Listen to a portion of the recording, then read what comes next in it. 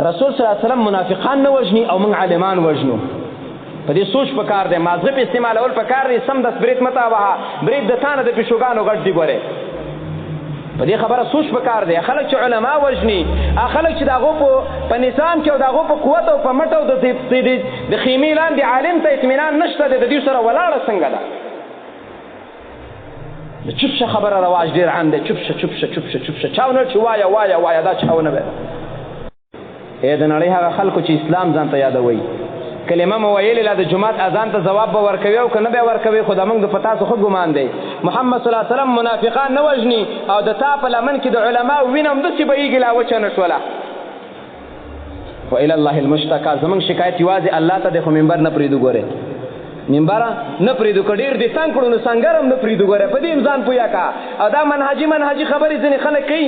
منهج نشته. منهج دا دی محمد رسول الله، ابوبکر، عمر، عثمان، علي زمونږ منهج دی. ګوره